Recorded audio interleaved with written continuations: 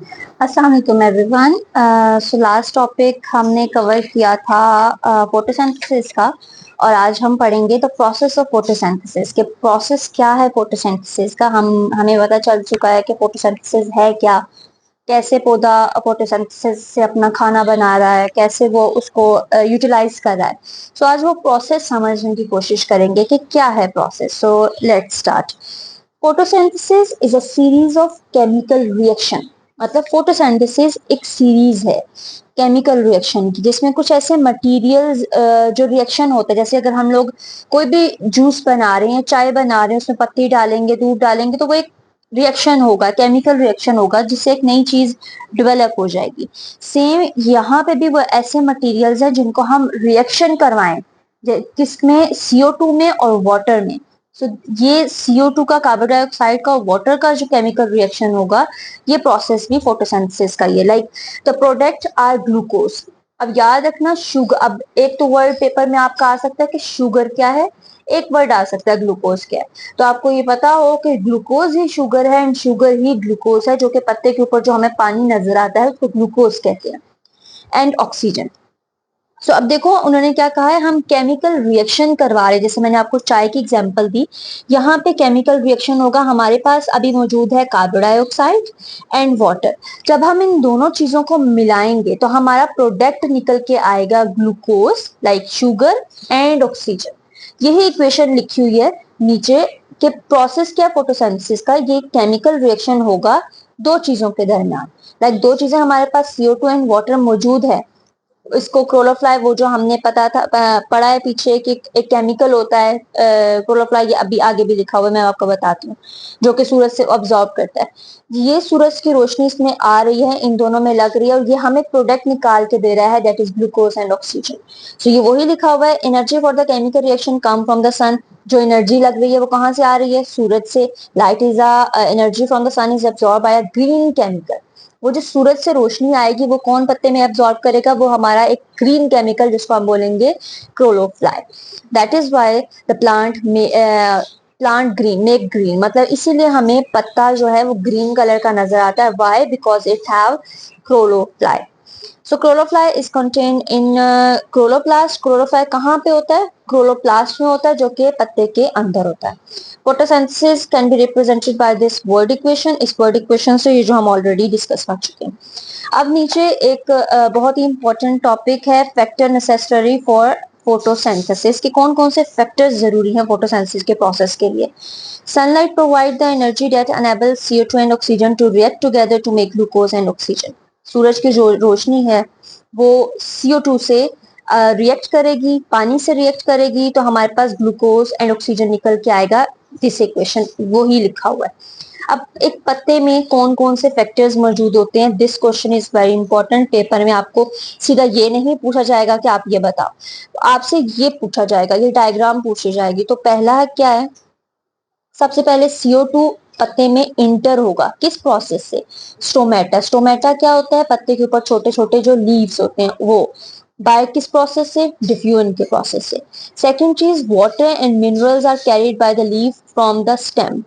मतलब जो पानी पत्ते में कैसे जाएगा, स्टेम के थ्रू जाएगा, वो जो जाइलम का प्रोसेस लेके आता है नीचे, हम ऑलरेडी डिस्कस कर चुके हैं। So glucose passes from the leaf in the phylum. Glucose कहाँ से पास होकर जाएगा, पॉलियम की ट्यूब से। Xylem and phloem tubes are transport system in plant that we already discussed कि ट्रांसपोर्ट सिस्टम है क्या। अगर आपने वो नहीं वीडियो देखी तो पहले वो वीडियो देखें, देन आपको ये समझ आएगा कि ट्रांसपोर्ट सिस्टम जाइलम फीलियम क्या काम करते हैं। ऑक्सीजन, थर्ड पॉइंट क्या है आपका, ऑक्सीजन डिफ्यूज करेगा इनटू एयर, वो भी स्टोमेटा के through. It is this oxygen that make life on earth possible. ये वही ऑक्सीजन है जिसकी वजह से हम जमीन पे जिंदा रह रहे हैं। जो इसका लास्ट पॉइंट है, photosynthesis take place in the green chloroplast inside the leaf cell. Chloroplast कहाँ होता है, वो क्लोरोफ्लाई उसके अंदर होता है, जो हम अभी डिस्कस करके आए हैं। Some glucose is converted to starch for storage. कुछ ग्लूकोज ऐसे होते हैं, जो शुगर होती है, वो कन्वर्ट हो जाते हैं स्टार्च में। क्यों हो जाते हैं, क्योंकि उन्हें क्या चाहिए होता है, स्टोरेज चाहिए होती है। सो एक सवाल आपका यहाँ से भी शॉर्ट पूछा जा सकता है, या फिल इन द ब्लैंक्स पूछी जा सकती है कि why glucose converted to starch for storage. So ये आपकी एक टेस्ट योरसेल्फ यहाँ पे कंप्लीट हुई। अब साथ ही हम डिड यू नो देख लेते हैं कि फीलियम इज अ लिविंग टिश्यू, हमें पता है जाइलम डेड टिश्यू होता है, ये हर साल ट्री की ट्रंक में होता है, जो पीछे भी डिड यू नो में लिखा हुआ था। Are the remain of old xylem tissue and a ring of each year, हर साल नई ट्रंक में ये रिंग बनती है दरख्त की उसके अंदर ट्रंक के अंदर। सो ये आपका एक टेस्टर सल्फ हुई। साथ ही हम लोग इसी वीडियो में नेक्स्ट टेस्टर सल्फ भी कवर करते हैं। प्लांट को मिनरल्स की जरूरत क्यों होती है? हम अभी पीछे पढ़ के आए हैं कि पौधा जो है मिनरल और वाटर जो है कहाँ से लेता है, कौन सी ट्यूब लेके ऊपर आती है, वो जाइलम की ट्यूब लेके आती है। तो अब वो प्रोसेस जो है वो ये पूछ रहे हैं कि पौधे को क्यों जरूरत है मिनरल की। So plant need more than just CO2 and water to survive, क्योंकि पौधे को CO2 और पानी की जरूरत होती है। जिस तरह हम पानी के बगैर जिंदा नहीं रह सकते, हम सांस के बगैर जिंदा नहीं रह सकते, सेम पौधा भी जिंदा नहीं रह सकता।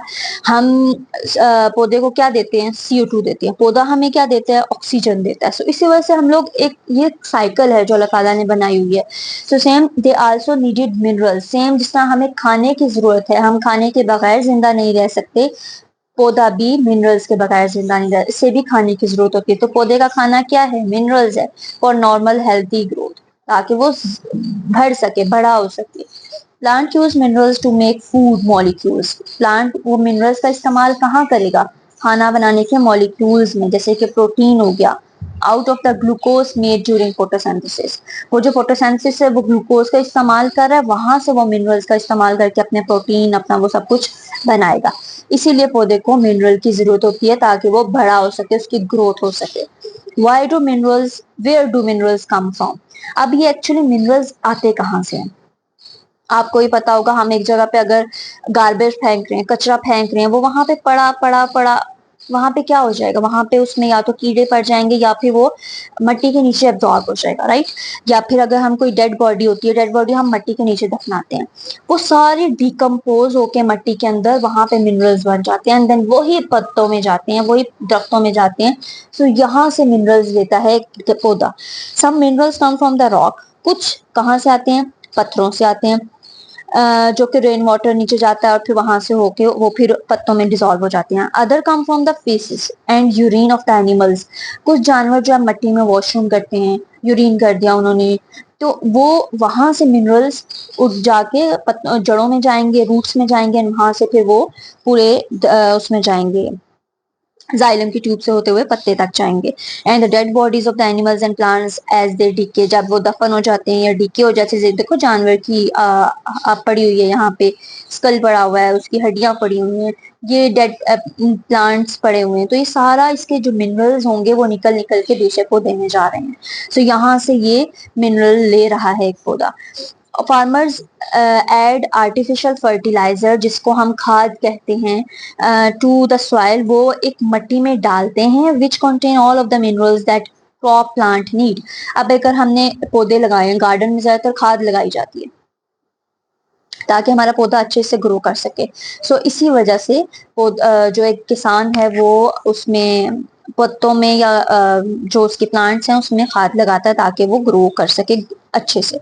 How minerals gate into the plant, अब वो मिनरल्स ये जो यहाँ से ले रहे हैं पत्ते में जाएंगे कैसे, एक पौधे में जाएंगे कैसे? मिनरल्स यहाँ पे आई डोंट नो क्या वर्ड था। Minerals the soil get into the root of the plant in the form of solution as some dissolve in the water. वो सोल्यूशन में, जैसे हम रूट में पानी डालेंगे तो वो जो मिनरल्स है वो वाटर में डिसॉल्व होगा मट्टी के साथ, एंड देन वो रूट्स हेयर से होता हुआ, रूट हेयर हम पढ़ चुके हैं पीछे, और फिर जाइलम की ट्यूब से होता हुआ वो ऊपर जाएगा। Most minerals however are move into the plant root cell using energy, कुछ रूट सेल में रहेंगे ताकि वो एनर्जी का इस्तेमाल कर सके, क्योंकि this is because there are usually fewer minerals in the soil than in a plant cell। तो मतलब यहाँ पे हमारे पास जो मट्टी में थोड़े से कम मिनरल्स होते हैं as compare to plant cell के। Plant need magnesium to make chlorophyll and nitrate to make protein. अब ये आपका एमसीक्यूज आ सकता है कि पौधे को मैग्नीशियम की जरूरत क्यों होती है? ताकि वो क्लोरोफ्लाई बना सके। एंड नाइट्रेट की जरूरत क्यों होती है? ताकि वो प्रोटीन बना सके। ये चीज एंड देन यहाँ पे रिमेंबर ये एक चीज बहुत इंपॉर्टेंट याद रखना कि डायग्राम के नीचे जो चीज लिखी होती है दैट इज वेरी इंपॉर्टेंट। यहाँ से ज्यादातर आपके आते हैं। Energy is needed to pull minerals into the plant root cell. अब यहाँ से आपकी फिल इन द ब्लैंक्स में करिए कि energy is needed to dash mineral into the plant root cell. Energy को किस चीज की जरूरत होती है ताकि वो मिनरल्स को रूट सेल से निकाल सके? पुल मिनरल्स। ओके, सो ये आपकी एक टेस्ट योरसेल्फ कंप्लीट हुई। इंशाल्लाह हम लोग ग्लूकोज का जो टॉपिक है, जो शुगर है, वो नेक्स्ट वीडियो में कंप्लीट करेंगे।